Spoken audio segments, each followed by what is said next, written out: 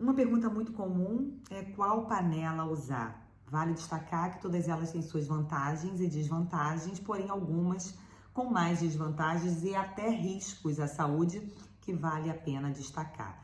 Usando o critério, de boa condução, distribuição de calor e também o fato de serem atóxicas, eu elencaria as 3 melhores de panelas, aquelas feitas de aço cirúrgico, aquelas feitas de cerâmica e aquelas feitas de vidro. Mas vamos às vantagens e desvantagens de cada uma. As panelas de aço cirúrgico, realmente elas têm uma boa condução de calor, são panelas resistentes, mas o grande problema é que ainda é uma panela muito cara, com valor muito elevado. As panelas de vidro, como as de borosilicato, realmente são totalmente atóxicas, mas têm a desvantagem de serem mais frágeis, quebrarem com mais facilidade e não terem uma boa condução de calor. Então, por exemplo, ela não é uma panela muito boa para fogos cooktop de indução. Sobre as panelas de cerâmica, vale aqui destacar que são panelas atóxicas. É importante observar se ela tem o selo de ser isenta em chumbo e alumínio. As mais novas têm esse selo de garantia, do fabricante. São panelas também que têm uma boa condução de calor e têm uma boa ação antiaderente. Mas alguns cuidados precisam ser tomados com relação à panela de cerâmica. Ao usar a panela de cerâmica pela primeira vez, é muito importante esse cuidado. Untar a panela com óleo ou azeite e levar para o fogo baixo a moderado por 2 a 3 minutos. Essa queima vai permitir que essa capacidade antiaderente da panela de cerâmica seja mantida por mais tempo. Também é importante, ao cozinhar, nunca utilizar fogo alto em panela de cerâmica. Ela tem uma boa condução de calor. Então, isso evita com que os alimentos grudem e que você precise utilizar materiais mais abrasivos para limpar a panela. Então, sempre fogo baixo a fogo moderado ao utilizar uma panela de cerâmica. Outro cuidado também que muita gente não sabe, isso acaba com essa ação antiaderente da panela de cerâmica. Nunca lave a panela de cerâmica ainda quente. Quando você tira ela do fogo, já coloca detergente, já passa a esponja. Isso também vai destruindo essa capacidade antiaderente da panela de cerâmica. Então, se você tiver todos esses cuidados, cuidado ao primeiro uso, untar, tipo selar a panela de cerâmica. Não utilizar utensílios que rabisquem, que rasurem a panela. Optar por cozinhar com utensílios, colher de bambu e retirar o alimento com utensílios, por exemplo, de silicone. Então, isso mantém a propriedade antiaderente da panela de cerâmica. E o mais importante, como eu falei, não lavar a panela de cerâmica ainda quente. Espere esfriar para depois você higienizá-la e nunca com aquela parte mais abrasiva da esponja.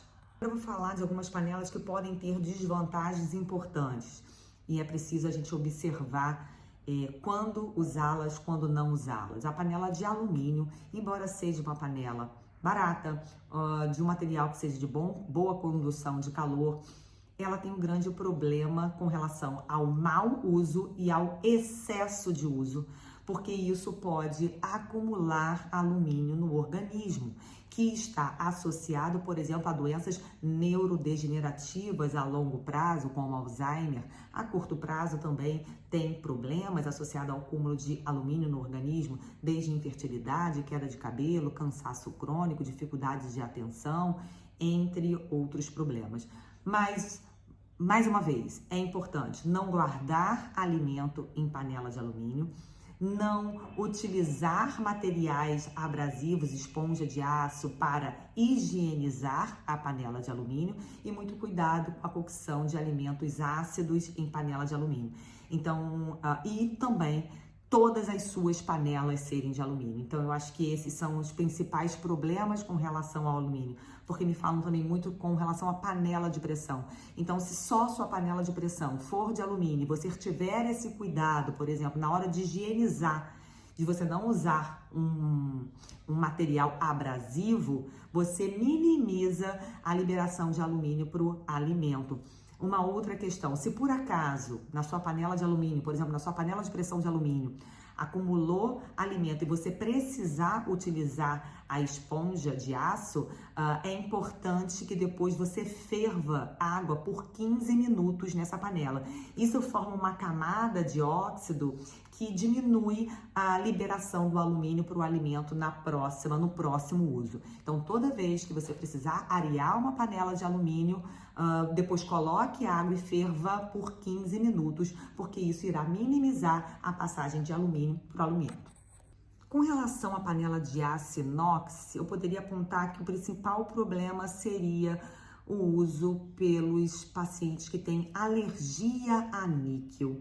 Então, você pode ter essa liberação de níquel da panela de inox para o alimento, principalmente em cocção de alimentos ácidos, por exemplo, uma carne com molho de tomate, principalmente se essa panela de aço inox estiver desgastada, né? Se você utilizar esponjas abrasivas para fazer a higienização da panela de aço inox, isso também facilita a liberação de níquel do material da panela para o alimento, e nunca guarde alimento dentro da panela de aço inox.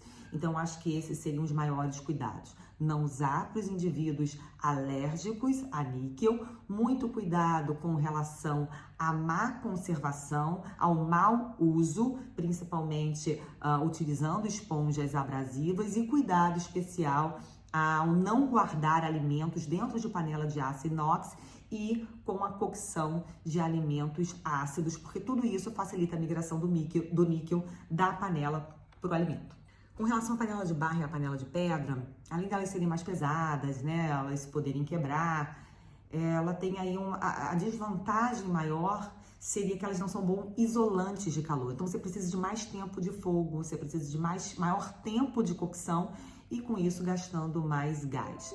Mas essa seria assim. E outra coisa que é importante é que é preciso selar essas panelas no forno antes de você começar a usar. E por fim, panelas de teflon, que eu acho mais importante destacar aqui dois grandes problemas. Panela de teflon gasta, que são aquelas panelas que já estão todas rasuradas, ou seja, liberando o teflon e liberando as substâncias perfluoradas na composição do teflon para o alimento, substâncias essas que têm associação adversas à saúde, principalmente questões imunológicas, problemas de função tireoidiana, de fertilidade, entre outros problemas, e também panelas de teflon mais antigas, porque até 2015 essas substâncias, esses compostos perfluorados, que vocês podem ver em siglas como PFC ou PFOA, elas se faziam mais presentes e podendo então contaminar o alimento e você fazer a ingestão dessas substâncias. Então, muito cuidado.